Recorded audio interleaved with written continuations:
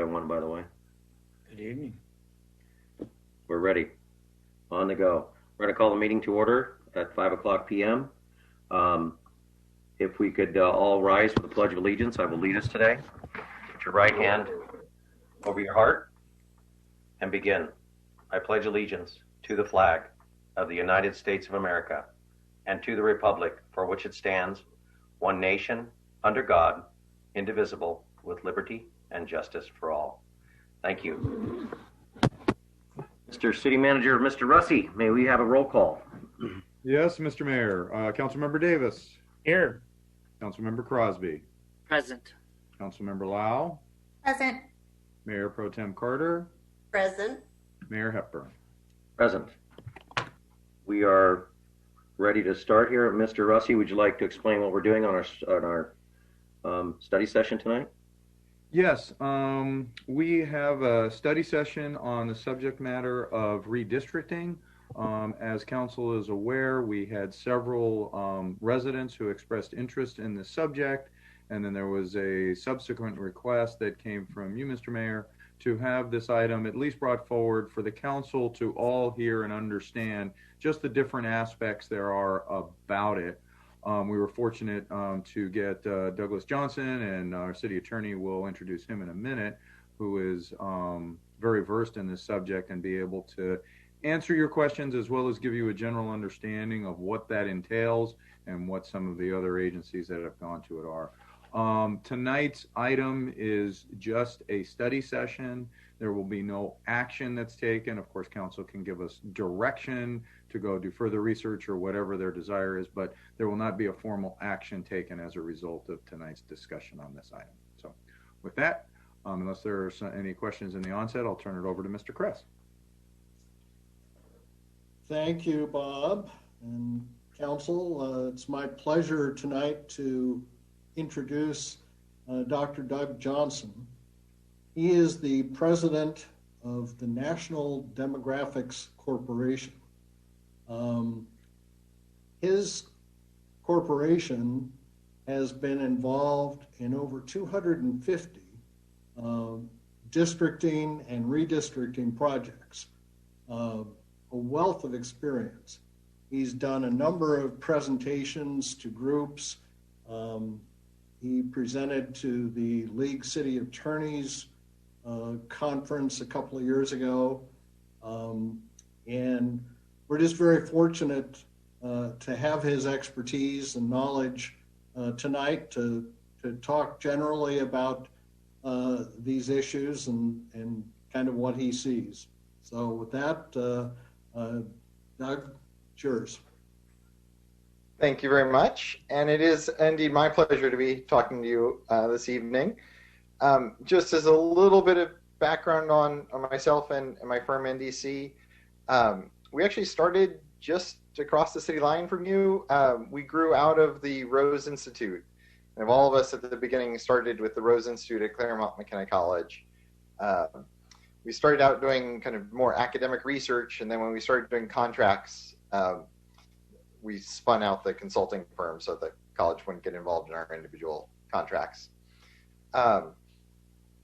And so we've been doing this since 1979. We'd have our busy redistricting year after each census, and then it'd be fairly quiet, doing a couple of projects each year, until 2002, when the California Voting Rights Act came along, and really 2006, when the law's constitutionality was upheld by the state appeals court. Then this work took off. And instead of doing 3 or 4 of these projects a year, which we've done for 30 plus years, now we're doing 30 or 40 projects a year. And a little bit of what I'll talk about, most of the focus started with schools, and most of the challenges were brought against schools in the early years of the act. And then starting about 2015, we really started to see a switch to cities. And so at this point, of the little over 480 cities in the state, 126 of them, by our most recent count, have been forced to change election systems because of either a fear kind of getting ahead of the curve of the California Voting Rights Act, or because of an actual change. And just to put that in context, before the law passed, there were only 29 cities with by-district elections in the whole state. So we've gone from 29 to we're getting close to 160 now in the space of essentially 10 years. We're still doing research on this stuff and gathering information via the Rose Institute. And we put out a paper talking about how this is really a very quiet tsunami sweeping across the state's local governments. And it's, as I mentioned, 126 cities. We're at well over 100 school districts, a couple dozen special districts. I mean, everything. We usually think water districts are generally the most high profile special districts, but we've worked with healthcare districts, fire protection districts, even airport districts that have faced challenges and been forced to change how they elect their boards. So this really is turning up everywhere. And it's not that we have 400 plus jurisdictions that we're violating anyone's Voting Rights Act or violating anyone's civil rights. It really is a couple of clear cases where there was a problem, and then the rest are all driven by financial fears. What's happened is if a challenge is brought to your jurisdiction, the immediate cost is in the hundreds of thousands of dollars. We've had jurisdictions who settled on the day the demand letter arrived, and early on they used to get hit with $250,000, $300,000 in fee demands. The legislature did eventually step in on that front, and in 2016 said, now a potential plaintiff has to send a letter, and the jurisdiction gets 45 days to respond. And if you do respond in that 45 days, then the attorney saying the letter is limited to only $32,000. So we're not seeing those immediate impacts. But those jurisdictions that have chosen to fight have seen huge bills. Palmdale was the first big case. They ended up losing and having to pay $4.7 million in attorney's fees to the plaintiffs. Modesto had to pay $3 million. And then, as you probably have heard, actually I'm sure you've heard, the big one right now is Santa Monica. They lost in this trial. They actually had a 4-week trial. They lost that, and the plaintiffs asked for $22 million in fees. The city then won on appeal, and so the judge has not yet ruled on the fees, and of course if that win is upheld, they won't have to pay it. But that appeal has been vacated by the state Supreme Court, or I'm sorry, not vacated, the term is depublished, I believe, but as the state Supreme Court has picked up the case. But now we have a new twist. Elections bring interesting changes, and for the first time in a long time, Santa Monica saw three challengers beat 3 incumbents. So now we even have the question of whether they'll even continue the case. So a lot going on, but really what's driving this is that most jurisdictions just can't even afford the at minimum 6 figures and likely 6 figures to defend yourself in a low-cost case, and certainly in the 7 figures if you lose the case. So that's what's driving those hundreds of switches. We're in an interesting time right now, both obviously from COVID, but also in terms of the census and this law. So right now, everything's kind of on hold. That 45-day clock I mentioned, and then once you agree to make the shift, if you do, then you have 90 days to make the shift. The governor has put those clocks on hold. So jurisdictions getting letters right now, the clock doesn't start until the state of emergency ends. But some jurisdictions have gone forward. But the second factor putting us on hold right now is the census. We will get all new census data. We're hoping to have that in early April. There's a lot going on with the census, as you've probably heard, and it doesn't look like they'll meet the March 31st deadline, but we don't know whether they'll be delayed a couple of weeks or months. So that's still up in the air too. But in terms of timing, if a jurisdiction does decide to switch, obviously you want to wait for that census data, because no need at this point to draw a map and then have to immediately redraw it just a few weeks later. But once that data does come out, then all the jurisdictions that already switched will need to start the process of updating their lines. and the jurisdictions that have decided to make the switch post-census will start their process. It is a little bit of a confusing situation once you decide to switch. There are all kinds of state laws mandating process requirements. In particular, you have to hold at least 4 public hearings. You can, of course, do more. But what's a little bit odd about this is that 2 of those have to be before you ever draw draft maps. So it's an opportunity for the public to weigh in if someone wants to draw a map before you start your official draft maps. But we do get a lot of questions about, this is about mapping. Why can't we start mapping? Well, state law says you have to do at least 2 hearings before you draft maps. Then we draft maps and post those, and then hold at least 2 hearings to talk about and be open to revisions to those. What's going to get really curious is that jurisdictions making the shift for the first time, as you would be if you decide to go down that road, have that set of rules.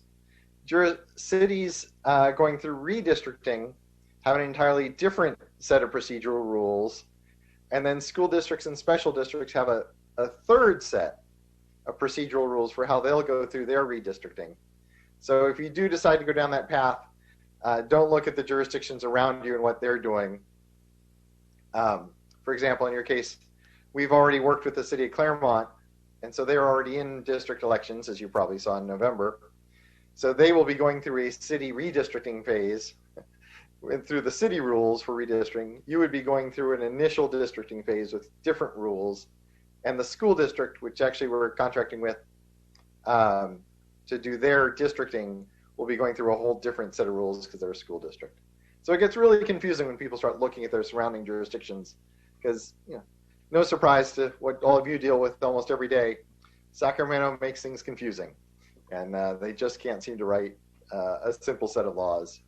But that's where we come in, and we work with Mr. Kress and your team to make sure that everyone understands the rules you're going through and the criteria you're under. In terms of looking at where you're at, there's a couple of factors we look at in looking at potential liability. Do you need to make the switch? And your situation is definitely very, very common. The answer is gray. Sometimes we get a clear black and white situation. The city of Merced, half the city's Latino. There's a very clear segregation line along the railroad tracks, and they never had a council member from south of the tracks. They got a letter. It took them about 30 seconds to say, yes, we have a problem, and they immediately agreed to switch. And they immediately saw, I think, 2 Latinos elected in the very first election. So some situations like that are crystal clear. Before the switch, they actually couldn't vote on a zoning issue because 4 of the 5 council members lived within 500 feet of the parcel in question. It was one of those. There was no question there. But most situations are much more gray, and no surprise to all of you, yours is in that way. You've had long-time Latino representation on the council. Latinos reelected frequently, but at the same time, you don't have any Latinos now. So does that history overweigh the current situation? We don't know, because there haven't been very clear judicial rulings on this, and the law's a mess. And ultimately, the analysis gets down into looking at who were the preferred candidates of what the law calls protected class voters, Asian American, Latino, African American, or Native American. And that gets into some really detailed statistical analysis where we look precinct by precinct at, as the precincts get more Latino, or as precincts get more whatever the protected class in question is, does a given candidate do better or worse? That works really well in, say, Santa Clarita or Los Angeles, where we have 100 precincts to look at. That kind of data analysis gets very kind of hard to pin down when we're in a city the size of Laverne, where we have maybe a dozen precincts. It's worth noting for folks that are thinking about it, even though we went to the vote center model, and so traditional precincts didn't really come into play this election, the registrar in the back end is actually still tracking the results by our traditional small precincts. So we still do get small geographic area election results that we use in these analyses. But the answers come back gray. Yes, there's almost always some concern that a plaintiff could use. And this is where these cases get so expensive, is the primary guy who brings these legal challenges has an expert who essentially always finds polarization. And we end up in these depositions with, 3 attorneys, 2 statisticians arguing about margins of error and funky statistical things. And it's very, very hard and very expensive for a small jurisdiction to fight that situation. I always say somebody's going to win one of these cases on the numbers someday, but it's going to be because they get a judge who happened to minor in statistics. And as Mr. Crest can attest, there are very, very few judges or lawyers who minored in statistics. And the legal profession does not tend to draw people who love math as their pure passion. Sorry, Mayor. Yes, exactly. So that's why these cases get so expensive, is there isn't a crystal clear answer. And to be honest, because some of the plaintiffs out there really find they get strength in their claim by running those costs up. It helps intimidate the next jurisdiction. So essentially, looking at Laverne's history, as I mentioned, you're not one of those Merced situations. Obviously, you've had Latinos on the council for a long time. Do you have voting patterns, precinct by precinct, that a plaintiff could use? Just about everybody does. We could argue their relevance, we could argue their statistical reliability and all those factors, but it's always a tough case, certainly, to make. And when it's a tough case, it's expensive. The key thing to keep in mind is, kind of going back to my earlier point, switching because of the CVRA is not an admission of any kind of prejudice. It's not an admission of any kind of discrimination. Actually, most of the jurisdictions that make the switch put in there that they're not admitting liability and they don't think they're in violation of the law. It's purely because of the financial costs that could come in. So, as you know, you don't have a demand letter yet. That's good. That's a sign that you're not one of those kind of red flag jurisdictions. But it does leave you options. So you have the option to voluntarily go now before you receive a letter. There are jurisdictions that decide, well, no need to jump into this if we don't think it's good for the city. So we'll just wait for a letter and accept that will come with a $32,000 fee to the attorney sending it, in addition to the cost of making the transition. Or, of course, you can wait for a letter and then decide whether you want to switch or fight it at that point. So if you do decide to make the switch, then we start the process of looking at the demographic pockets in the city, trying to identify what are your communities of interest and key neighborhoods in the district, or in the city in your case, and then coming up with a variety of draft plans. One of the things that makes us very popular with our clients is we admit we don't know your neighborhoods like you and your residents do. We always say, NDC, we're the experts on the data and the process and how to get this done smoothly and effectively. But our job is to present options to you. We always look for local leadership about what makes sense, whether the line should go here or there. The last factor to be aware of is that starting January 1st of this year, so a little over 11 months ago, the state changed the criteria for how the lines are drawn. So the rules that Claremont and Glendora and others around you followed for how the maps get drawn no longer apply. Now the state, back then we had a lot of flexibility. You had to meet equal population, meet the Federal Voting Rights Act, and then you had a lot of flexibility in how the lines are drawn. Now the state has put in a set of criteria that are things like keep neighborhoods together. The traditional look of, if you have a downtown neighborhood, a lot of cities wanted to divide that. Pasadena is the classic one there. Every council district in Pasadena touches Old Town, so that the whole council feels invested and responsible for Old Town. Now the state has put in rules to try to say, no, every neighborhood must be kept together. You must try to be compact. And it hasn't ruled out looking at where the current council members live, but it has left that off the list. So it comes in kind of last in the considerations, whereas before we could put a lot more consideration into that. So that is a bit of a surprise to some folks who have seen other jurisdictions go through this process, to know that now cities have these new sets of rules, again, imposed by Sacramento, unfortunately. So I covered a lot of material there. I'm happy to go into more detail or on any of it, or to answer any questions you have. But let me Anybody have any questions for Mr. Johnson?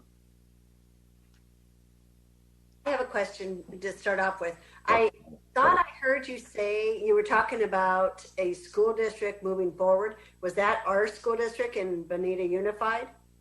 Oh, no, I'm just referring to Claremont Unified. Claremont, okay, good.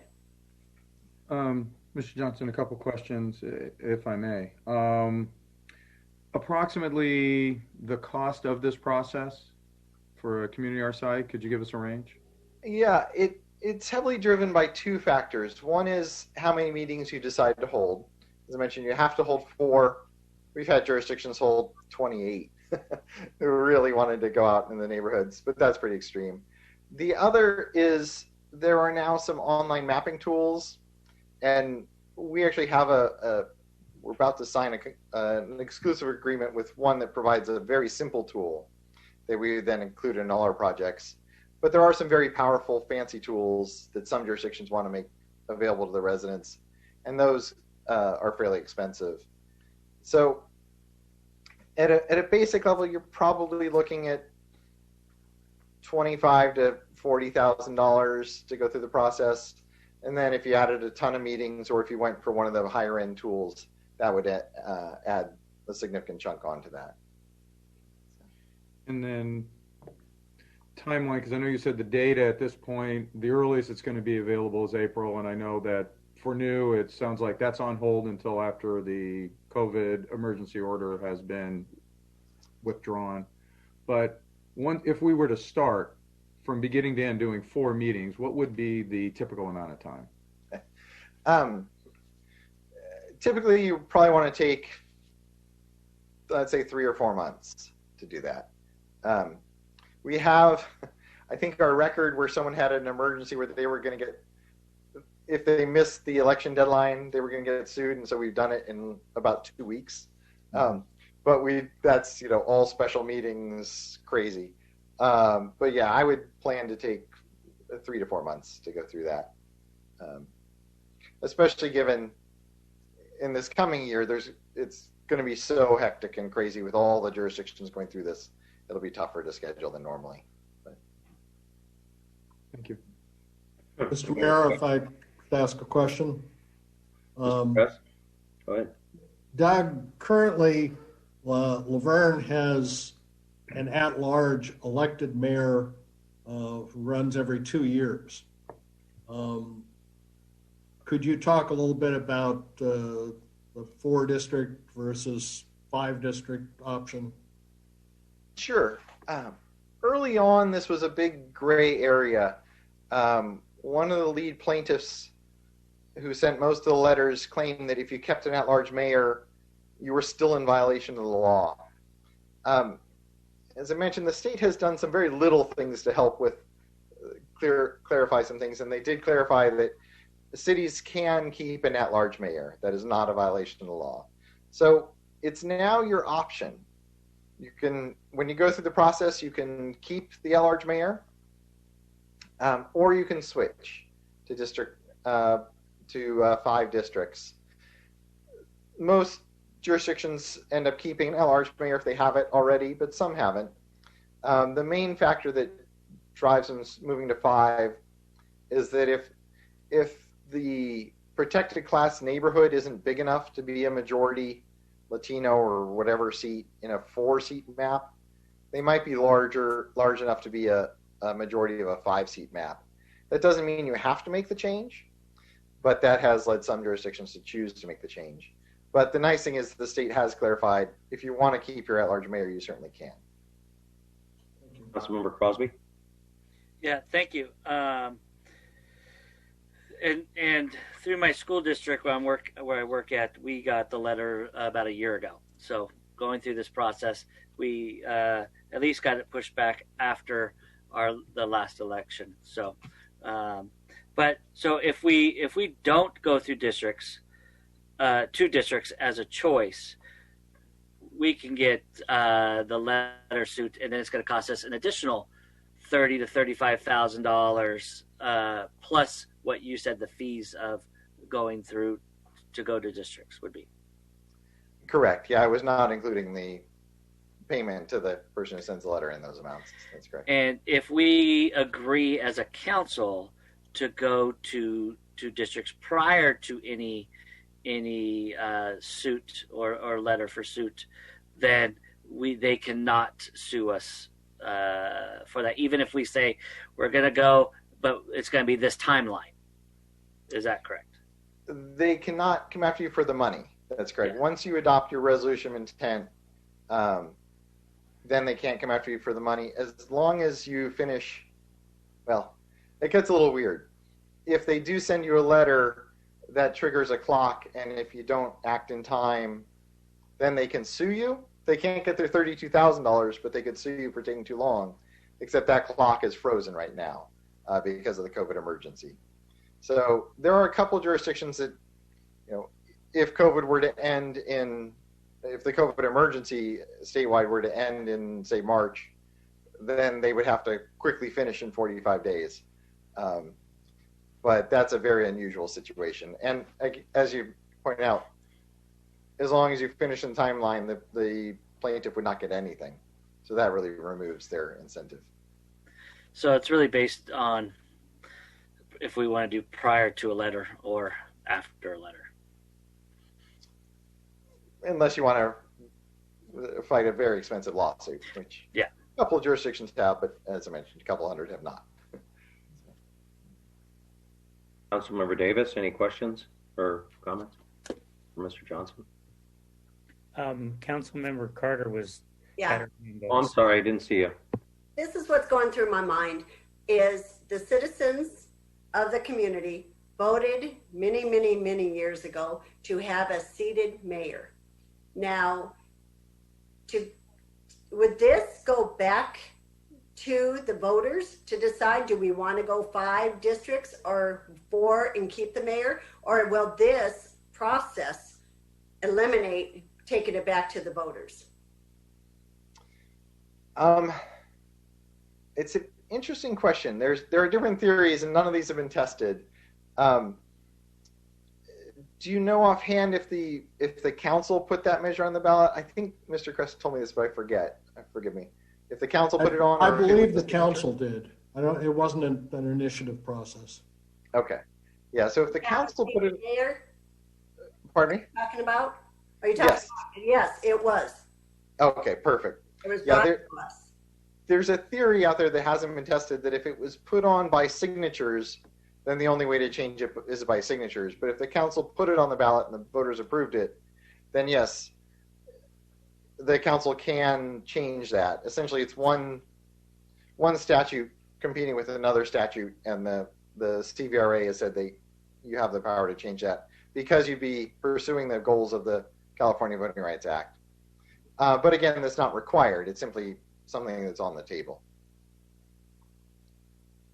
And of course, you could choose to put that to the voters if you wanted to, rather than making that change yourself. Oops, sorry, my video died. We can see you, but it's a picture. Councilmember Carter, Councilmember Davis, questions, comments? I guess I don't know whether we're going to go out for public comment during this or whether we're just going to keep it on council. But I mean, my overall arching piece is I like to think of us as one community. And so I like the way everybody runs at large right now. I understand the risk that if somebody comes and pushes us, we can be pushed into districting. And in some sense, from an early perspective, maybe that's already occurred, that we're being pushed that way. So then if we do go to districting, what do we do then? And I guess the challenge I see is how do we go about creating districts in a way that doesn't invite tribalistic behavior? And I haven't fully thought through it, but my early instinct is that we go to 5 districts and rotate the mayor so that it doesn't become a tribalistic event of going after the mayoral position every cycle from the off-cycle council.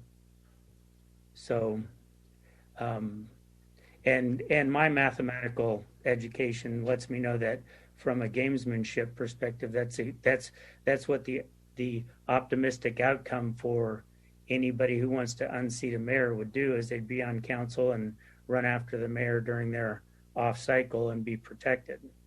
And while from a mathematical perspective, it makes John Nash happy, I don't care for the game theory perspective on that. So I would want to veer away from throwing us into that mix.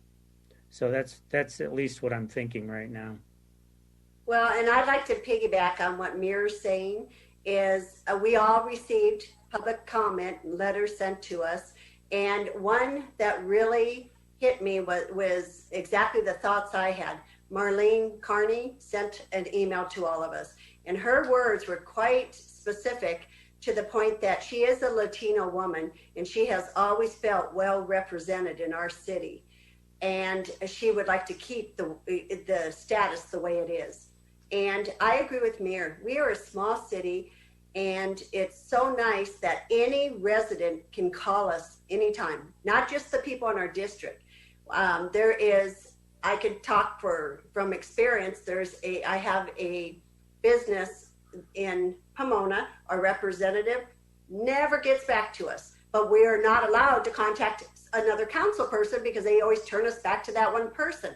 So this shows you that if you have a representative, you're kind of stuck with that person. And I know our city is so accommodating, but still, to that point, we all right now will talk to anyone and we're open to them.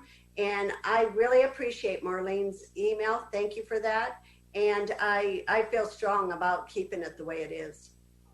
Thank you. Councilman Lau, any questions or comments before Mr. Douglas Johnson gets back to his talk?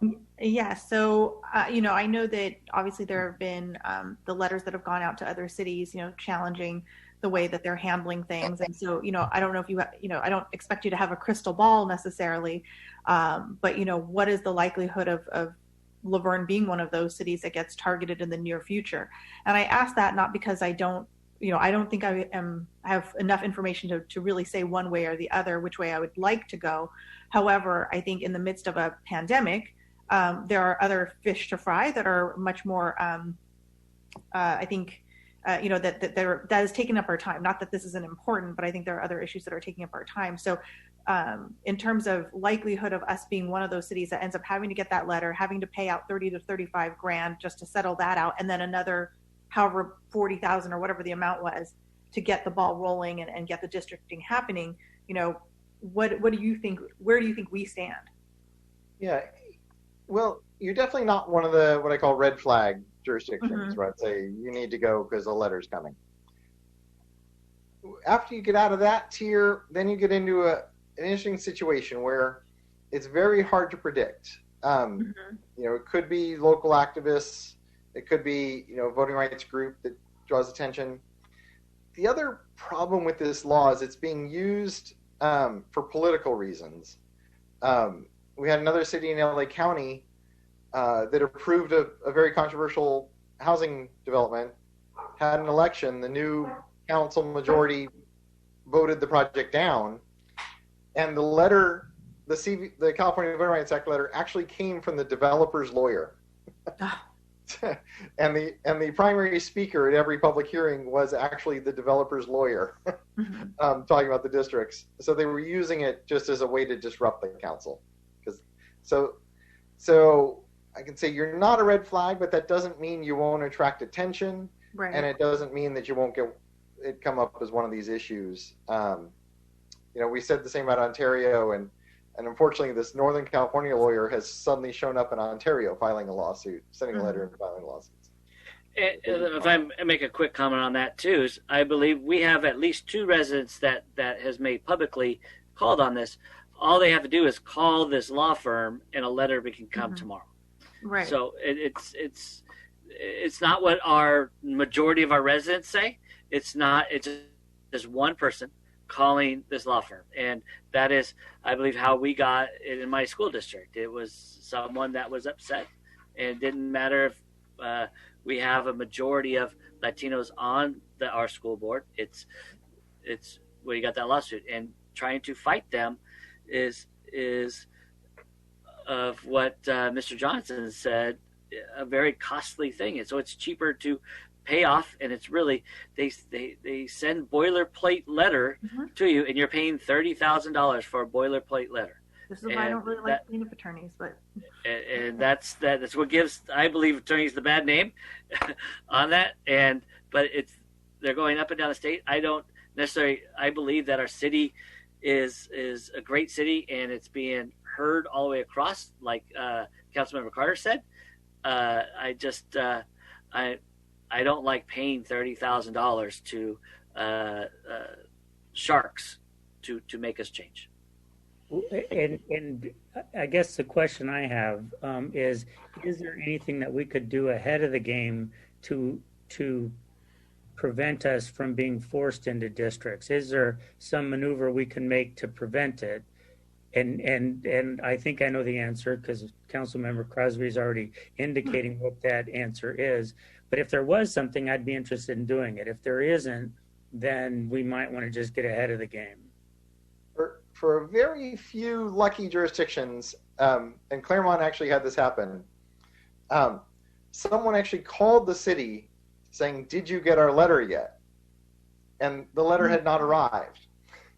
And so they quickly called an emergency council meeting and adopted the resolution of intent prior to the letter arriving, and thus did not have to pay the $30,000. But unless someone from the potential plaintiff group messes up like that, you really have very limited options other than starting the process. And you can do a resolution of intent for the future. A number of districts were able to do this. Dorothy may have been one of them, where they said the census is coming up, so we're not going to switch for 2020. We're going to wait for 2022. Claremont Unified and lots of other jurisdictions were like that. They took a little bit of a risk that no one would send them a letter and demand that they do it now, but all of them seem to have managed to get away without that risk. But that made sense because the census was coming up. And so saying we're not going to do it for 2022, we're going to do it for 2024, there's not nearly the justification for that, and almost certainly would attract a letter now. So really, there's not much you can do other than either starting the process and going ahead, or getting lucky and getting tipped off that the letter is coming before it's actually arrived, unfortunately. Mr. Johnson, Councilman Lau, we need to go to public comment here. If you'd like to make that your last. Mr. Johnson, are you pretty well wrapped up with that, where we go to public comment right now? Sure, and I'm happy to stick around if you have more questions after public comment. Councilmember Lau. yeah, I can wait until after public comment if we're going to have further discussion pending that. So that's fine. I think we'll close this section and go to public comment right now. JR, do we have public comment, people? We do, Mr. Mayor. We have 3 that I know of. 2 are queued up, so I will get the first one going. I might suggest, just for the sake of time, we just take all of the questions if there are any, and then we can answer them back after we've closed public comment. Okay. Yeah. We'll keep it to a 3-minute time, please, because we do have a council meeting after this. So, JR. Okay. Mr. Mayor, I have Sherry Best on the line. Sherry. Hello, Sherry Best. Good evening. Hello, everybody. My name is Sherry Best, and I reside at 3949 West Street in Laverne. Thank you for the opportunity to comment on the discussion by members of the Laverne City Council on the merits of district-based versus at-large voting for local elections. It is my understanding that the City Council is discussing the various merits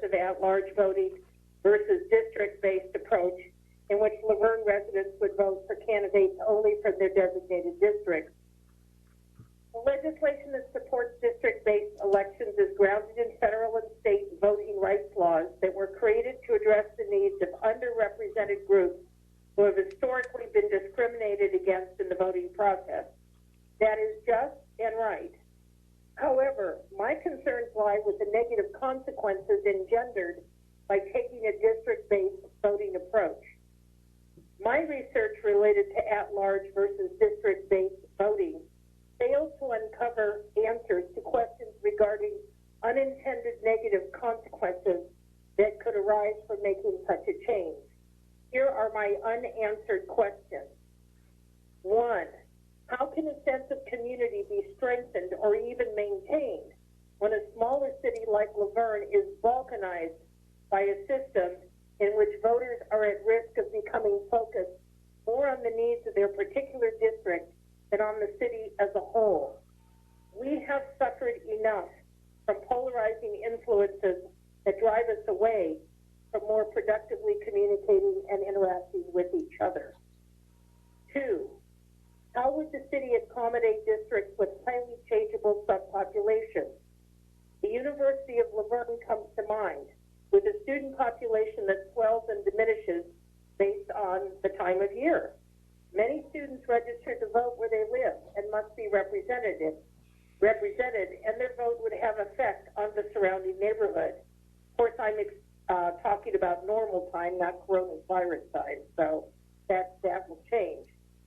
As the Laverne City Council fails to respond to stated needs by residents from different areas of the city, I don't believe that's the case, but, and especially that letter from Robin Carter suggests that.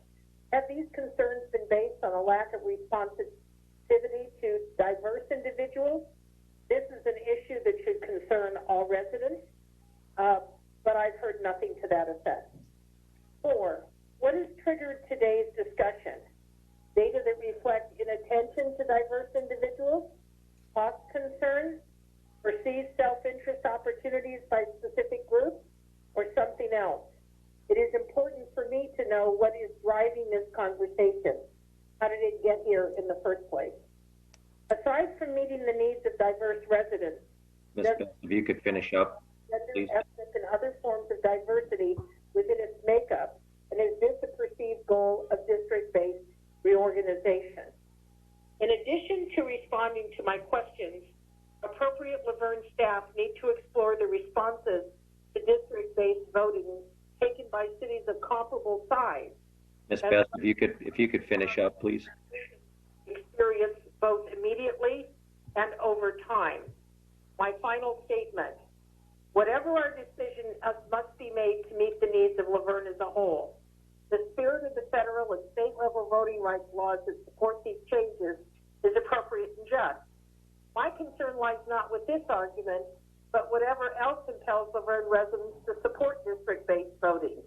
If meaningful differences do not exist, a district-based approach could act to create conflict as persons retreat into their specific interest-based corners.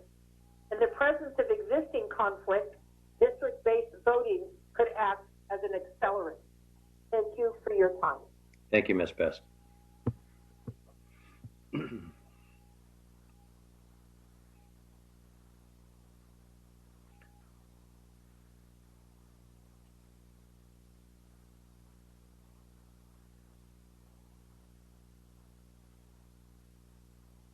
Mr. Mayor, I have Kathy Kalusik on the line. Ms. Kalusik, good evening. Good evening. I'm Kathy Kalusik, a 53-year resident. I'm on 3rd Street in Laverne. And my original call, of course, was to express opposition to the district voting, but the presentation's been very informative, and I understand potentially we may not have a choice, so that's kind of scary. We're a small city, 8.55 square miles, so I really don't think that we're geographically large enough that we need to divide into districts for voting. When I vote for council people, I'm looking for 5 people that are interested in the well-being of the entire city of Laverne, not just a small portion. But I understand this may be taken out of our hands. I do have a couple questions. If we were to adopt the district voting, what happens if no one runs in a district? What happens if only one person runs, or the people that are running in the district just aren't qualified? Because council is, it's a big deal. A lot of people just think it's not a big deal, but it really is. You have to be very knowledgeable and flexible and have the time for it. So those would be my questions. What happens in the district voting when those occur? But I appreciate the time, and thank you for all the information. Thank you, Ms. Kalsak. We'll have Mr. Johnson after our last one comment on those. Jerry, you have one other? I do. It'll take me 1 second to give them a call. Hold on, please. No problem.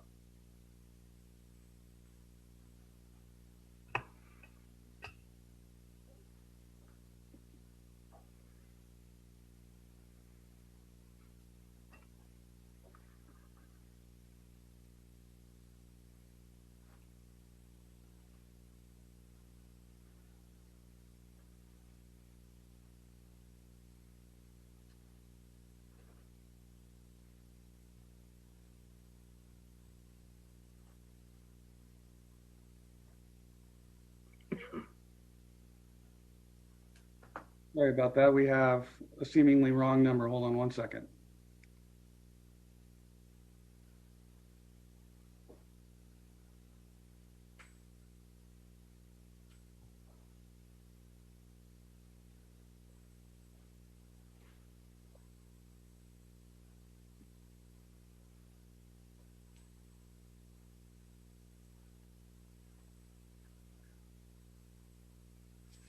Mr. Mayor, I have Jeff Bassler. Go ahead, Jeff. Mr. Bassler, good evening. Jeff Bassler. I'm on Essex Avenue, north of Laverne, or north of Vaughn's, rather.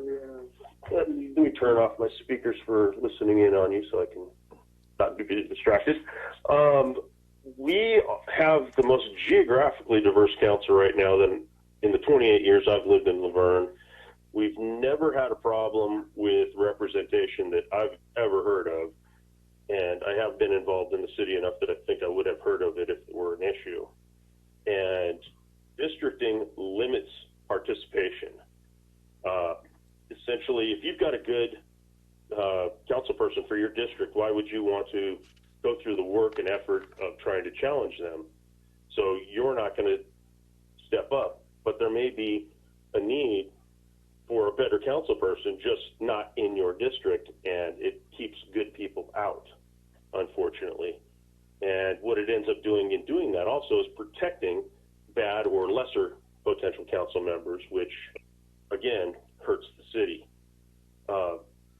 Leads the council to focus on their district, like Robin was talking about in the Pomona situation, instead of taking into account the city as a whole. And we're just not a big enough city to divide like that.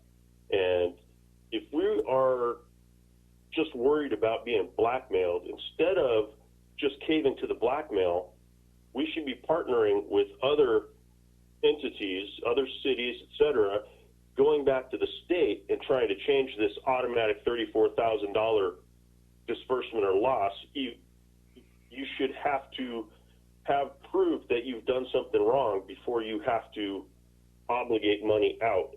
And that should be changed at the state level so this does not affect us. That would be a better direction to put our efforts on this issue, because it would do damage to our city to break it down in this manner. That's it. Thank you, Mr. Bassler. Thank you, Jeff. Thank you.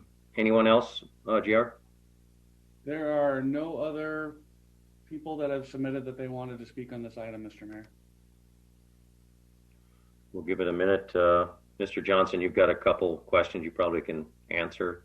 Why don't we go with one of them? We'll check back with JR in a minute, but why don't you go ahead and you want to respond to, I think the one was what if no one runs, or what if that person runs? That was one of them. And I know Sherry Best had some comments, but I think that was more just a generalization on her comments.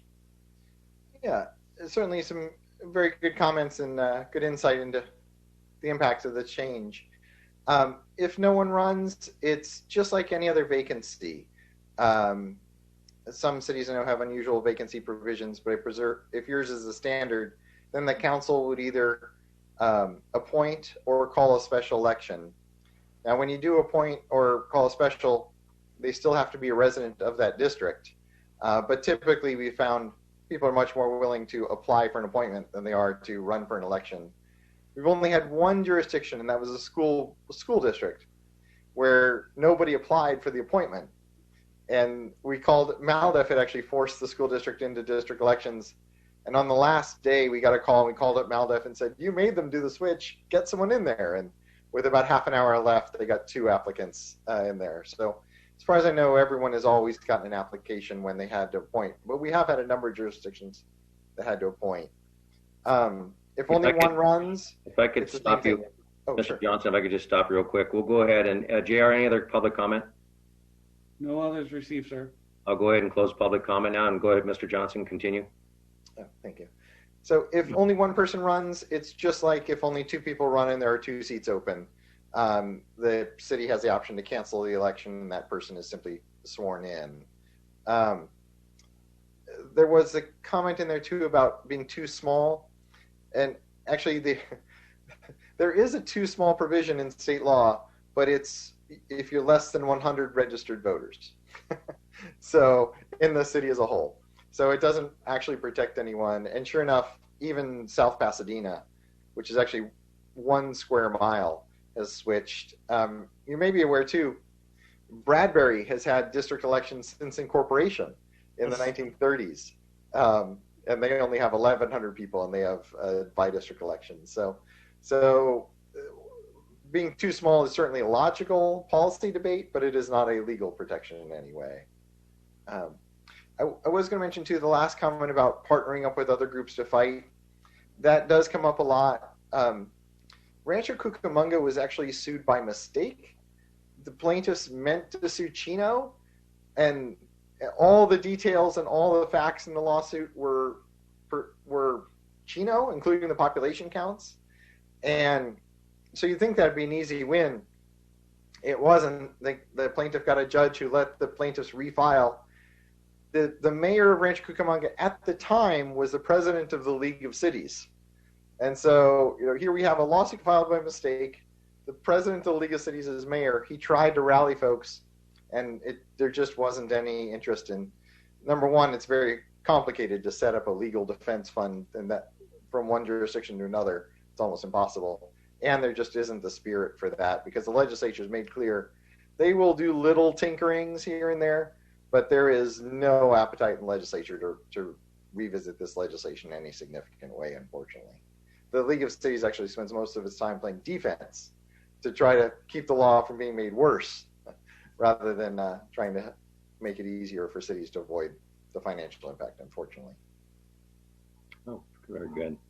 Councilman Lau, you had a question before we went to public comment. Did you want to ask Mr. Johnson? Well, it was a comment that I think maybe lead to potential, direction for next steps, because I think some of the concerns that have been raised are things that have been, on my mind, especially seeing a friend of mine run for office in the city of Claremont, where, they're in districts, and hearing a lot of comments about, how does that city council work together in terms of, are you representing your district, and to what extent are you really looking at the entire city? And I think there's some misunderstanding about that, and I think there's ways in which that can be detrimental to a city as a whole because of the factionization of a population. So, I would love to hear if that's, if we have to look more into districting, in part because we think that may come at us at any moment, due to someone deciding to call a law firm and issue that letter.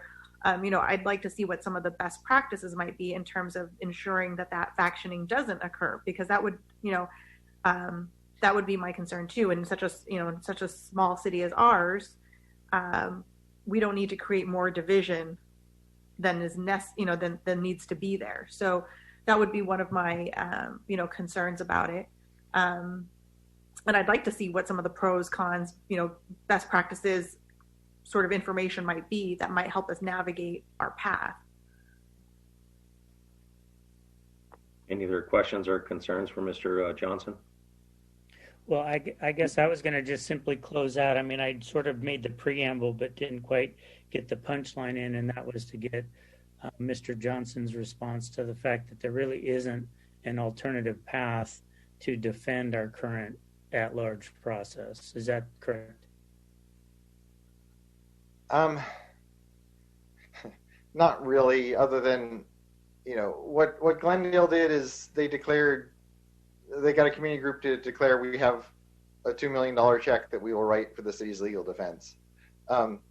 Unless you have someone willing to write that check, or your own willingness to allocate that much of your reserves to this, there really is little you can do other than get out ahead of it, or wait, and who knows, maybe you won't get a letter, but then you're letting the potential plaintiff dictate your timing. Yeah, having a sword of Damocles is not a fun position to be in. Well, and we're really at a discussion here more than anything else. It was something that a couple residents brought up just to discuss how, when, and where, and why do you do this, and how do you do this. And I appreciate that. That's good. It's just that, unfortunately, if it does happen, we don't really have many choices. Whether it's a 4 and a 1, a 4 district and an elected mayor, or a 5 with a rotation. But I think really anything right now, until we get the census, we can't really. It's moot at this point. Once you get the census to move down the road and see where we're at with that, and then I guess Mr. Russi or Mr. Kress, that really this is just a study session. There's really no decision being made tonight. It was just to bring it out to council and also to have public comment from residents, because we had a couple residents that wanted to discuss this. But Mr. Kress? Yeah, no, that's correct. I mean, we just wanted to put it on the table as one of the things that will need to be addressed as we move along. But right now we're waiting on the census, and certainly the presentation from Dr. Johnson this evening gives you all lots to think about for the next time that we have a study session. Maybe we'll be requesting some specific action at that point. I think this was an excellent discussion of the state of the law and where Laverne stands in all of this. Thank you, Mr. Councilmember Crosby. Thank you, but it's. I just want to make a point. It's not. Oh, we could wait for the census and then make a decision. If we get a letter tomorrow, which could be possibly, then we can't make districts until the census comes out. But if we have the intent already established by the council, then we will not be sued for that. But it's not. There's no time. It's our timetable. But if we have a letter prior to that timetable, then it's either fight or automatically move to districting. Just like our great resident said, we are put in a hard place where we can't even fight for this, even if we don't have the money for it. And having hundreds and thousands put towards this is something I don't feel Laverne has for that either. Well, and I joined Councilmember Crosby's notion that I'm not in favor of trying to bankroll something to stop it or to delay it. So I guess, Mr. Mayor, are you saying let's just wait and see what the census says? Because we don't get to draw anything until we start the process. So it sounds to me like we're either waiting till we get served by somebody to push us that way, or to take a proactive step into determining that we're going to delay or that we're going to move forward in some sense time to the census. That's a good question. Mr. Russi, let's talk about that. I mean, I wasn't prepared to be, it was more of information tonight, but if council wants to move something, Mr. Russi, I mean. Well, it's not agendized, so we can't move for something, but we could put that on another agenda if we choose to make that motion for that. Yeah, we can't do anything tonight. The key is to set sort of the sense of where we're going from here. Mr. Johnson, please. Yeah, I was just going to flag your options. If you want to block the option for someone to get $32,000 and you're accepting making the change now, what they called is a resolution of intent. The council would have to adopt a resolution of intent saying you're going to make the change once the census data comes out. And that blocks someone from getting money for sending you a letter. So that would be your option, dude. And you can do that, as Mr. Crosby was saying, you can do that whenever you want. The other option, of course, is just to wait and see, and then you avoid committing yourself. Doug, when they adopt that resolution of intention, would that need to have decided the issue of 4 versus 5 districts? Or would that... Yeah, it's a good question. I think it usually says, but we have had jurisdictions change their minds. Essentially, the trick is it's a resolution of intent, but you could always change your mind completely and not finish the process, in which case, of course, you get sued immediately. Or you can change from 4 to 5. Buena Park was planning to go to 4 the whole time, and then in the last 3 weeks of the process, they decided to go to 5 seats. So you can change that as you go through. And maybe I'm incorrect, but I thought the scope of his question was truly, is it just a notice of intent that says we intend to district, period, and then that leaves us open to figuring out if it's 4 or 5 districts, or do we have to actually lay out the specifics in the notice of intent with leave to change? Yeah, to be honest, it's a question I haven't wrestled with before. I think you can certainly be specific as this is our plan, but then change your plan. Mm-hmm. And we'd probably need to work with Mr. Creston. We could do some digging to see if you can just say, we're going to districts and we'll figure it out as we go along. The main thing is to declare your unequivocal intent to go to some form of district elections. And it sounded to me like timing was needed to be in that intention versus necessarily 4 or 5 districts with firmness. But certainly you had to put the calendar out there. You couldn't just say someday we're going to do this. Right. Yeah. Is there a time frame on that? Obviously, the census has to be. We have to get the census out. The one question I had is after reading into this was the fact that that has changed as far as I know that some communities went to a 4 district with an elected mayor, and there were some lawsuits on that because it wasn't representative of the diverse community, and that the 5 with the rotation mayor, the 5 district with the rotation mayor was the preference because there was no question or no possibility of a lawsuit because they had full representation. But that's not the case any longer. Is that correct? Correct. In Palmdale and in Whittier and in Rancho, Cucamonga, there was actually a legal challenge to going to an at-large mayor or keeping an at-large mayor. And in each case, the judge let them do the at-large mayor, but left the door open to a future lawsuit on that question.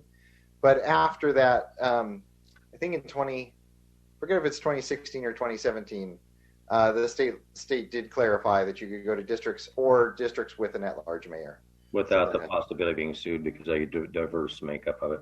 Okay. Exactly. Yeah. Mr. Russi.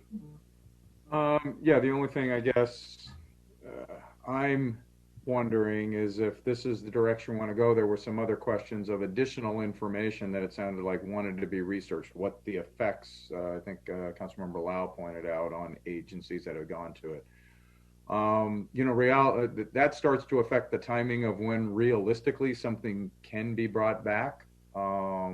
Just because doing that level of research. If it's just simply a matter of council wants to adopt a resolution because we want to blockade, well, then we can start looking at what the timing is going to be and just throw that out for you. So I guess need to know what it is that you're trying to achieve here. It sounds like no matter the effect, we've got to go to this at some point.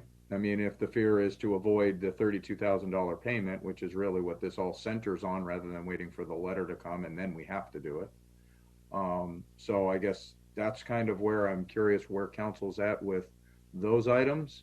And then I guess the question back to Mr. Johnson is, and if we adopt the resolution, and right now there's this hold on the clock ticking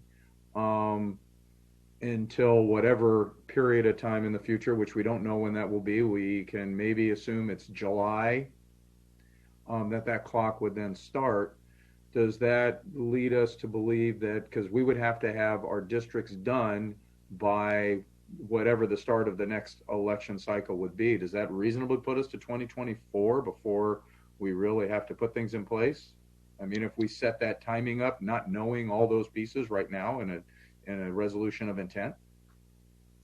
Yeah, it certainly would be doable for 2022 election if you want to do that. Talking about doing the research and the pieces you're talking about, that could push you beyond, but the odds are that would probably trigger a legal challenge if you tried to push it past 2022. In a couple of cases, it hasn't. So, I mentioned some said post-census.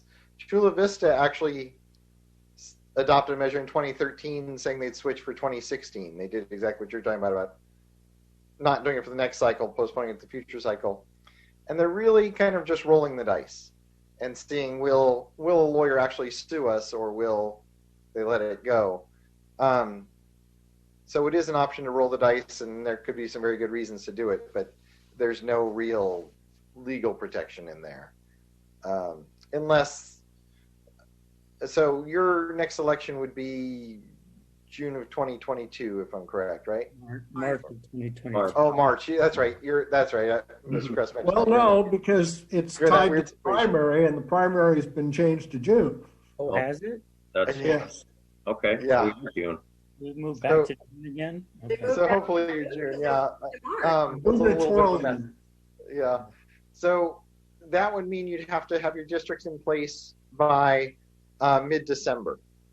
So if you start in July, we'd have essentially 5 months, or if you start in June, we have 6 months to get it done. Like December of 2021, not December of 20. Yeah, a year from now. I mean, right. Yes, yeah. That's a short order. That's a short order. It's 3 to 4 months is what Dr. Johnson was saying. That's plenty of time for that. But Mr. Mayor, you had in the past said you wanted to avoid lawsuits, and so I'm trying to understand. I realize that this might only be a $32,000 lawsuit, but is this a lawsuit you're interested in avoiding, or are you willing to let the lawsuit come to us and then respond? You know, Mr. Davis, this wasn't a decision I was looking at tonight, more of a study session. But no, I do not like lawsuits. And I think that we need to be aware that once you crack the egg, as we've done and discussed it, that it's a possibility. So I think that I will, support what council wants to do. If we want to look this down and make a resolution, we can do that. I just, with COVID and everything else going on, it's just such a tough time right now. We're faced with businesses closing and the pandemic and our vaccines and everything else. I hate to add that much more on the plate of the city, but I obviously I'm one of 5, and I will, the council wants to do that. I just don't know if we have the time right now. Obviously, Mr. Johnson would be doing, yes, Councilmember Carter. I agree with what you're saying. I think we're jumping into it too quick here. I would like to take Wendy's questions, all of our concerns, and if Mr. Russi, if you could come back to us with this. This was a study session, and I too came into it as our mayor has, to say that, okay, let's gather this information, but to say now I want to do a resolution, I'm not ready for that. And I would hope our citizens in Laverne would not contact an attorney to say, let's, get them going on this. You're talking a couple people, and also and I'd like to know, where's the 32,000? How'd that number get thrown out there all the time? Is that a lawsuit number? Like it better than 250 or 300, that's for sure. Yeah, but what is it? I don't like it at all. Why is it always a letter in 32,000? So what prompted that law to say that is one of the attorneys, you might say, went a little bonkers. They sent a letter to San Clemente, which was before this 45 days to act law was in place. They sent a letter to San Clemente on December 20th and filed their lawsuit on January 4th, saying 15 days over the holiday was more than enough time for you to make this giant decision for the future of your city. So that was too much even for the state legislature. And so they worked with the League of Cities, and they put in these, what they call safe harbor windows, where you get 45 days to react to a letter, and then you get 90 days to finish the process where you're still in a safe harbor.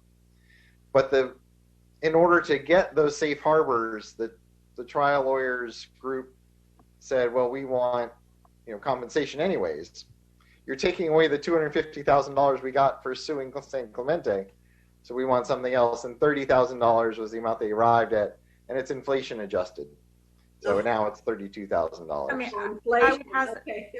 I would hazard to guess their argument was that it was their cost for their work, for filing and doing all that. And so, like it or not, that's unfortunately what happens with a lot of different lawsuits that happen. There are statutory obligations, and it is what it is, and it's not great. I think my fear at this moment is that, yes, we all came into this as a study session, but it really only takes one person to call. So I don't know that we can. I don't think it's anything we can punt. And I know we can't make a decision tonight, so I'm not asking for a decision to be made tonight.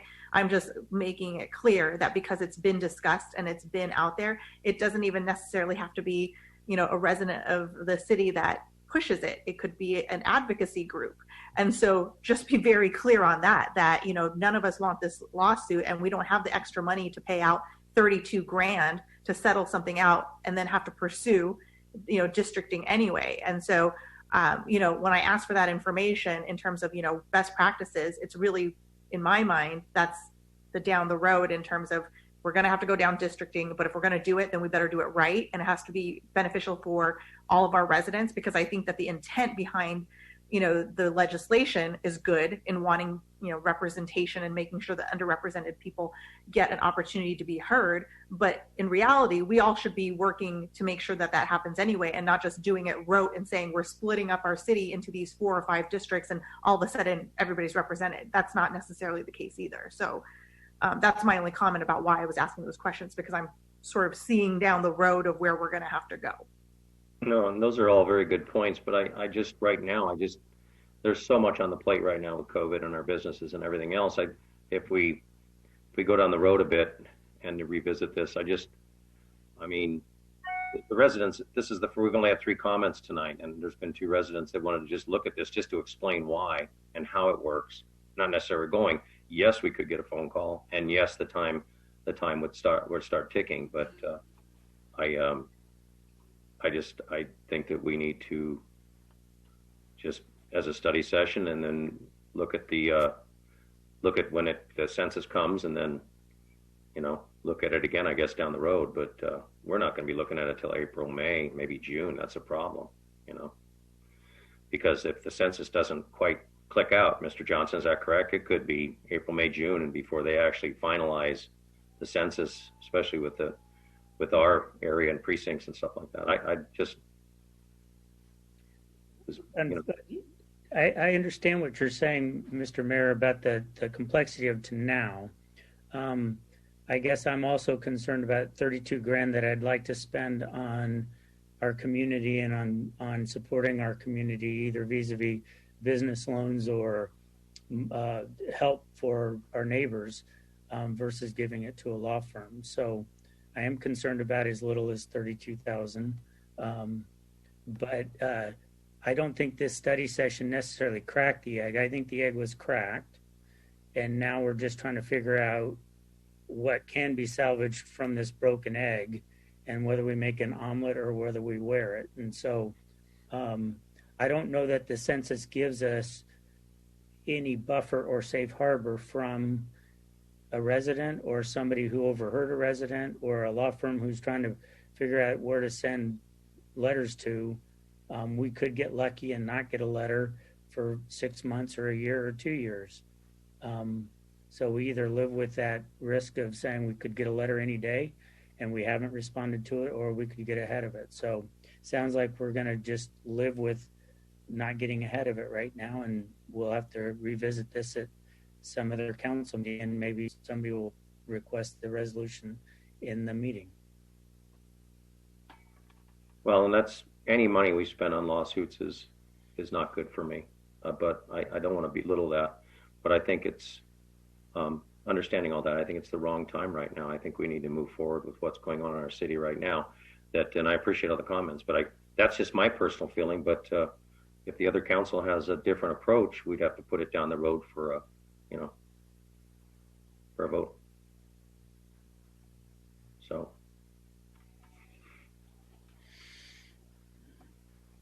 Any comments, council? We just table it now? Well, I think this is a stay session. We have to. We can't do a vote. So I think we had a great stay session. A lot of good discussion, and when we move forward, it's on. When we put on the agendas, that's part of our decision as well. We'll do it down the road when it's time. But Mr. Johnson, thank you very much. We have a council meeting coming up in about 13 minutes. So if there are any more questions for Mr. Johnson, Mr. Russi, Mr. Kress? Oh, nothing on our end. Thank you, Mr. Johnson. We really appreciate your time and your expertise on this. You've given us tremendous food for thought. Another one. My pleasure.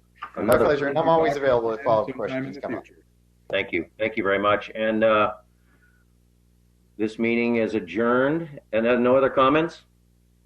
Nope. This meeting is adjourned at 6:08 p.m. Our next regular meeting will be Monday, December 21st, 2020 at 6:30 p.m. Thank you all. No, we have a meeting tonight at. Well, I'm just talking about the next meeting. We have a meeting at 6:30. Yes, we'll be re-adjourning a meeting at 6:30 tonight. Sorry, guys. 12 minutes. Yes. I'm just adjourning this one. Thank you all.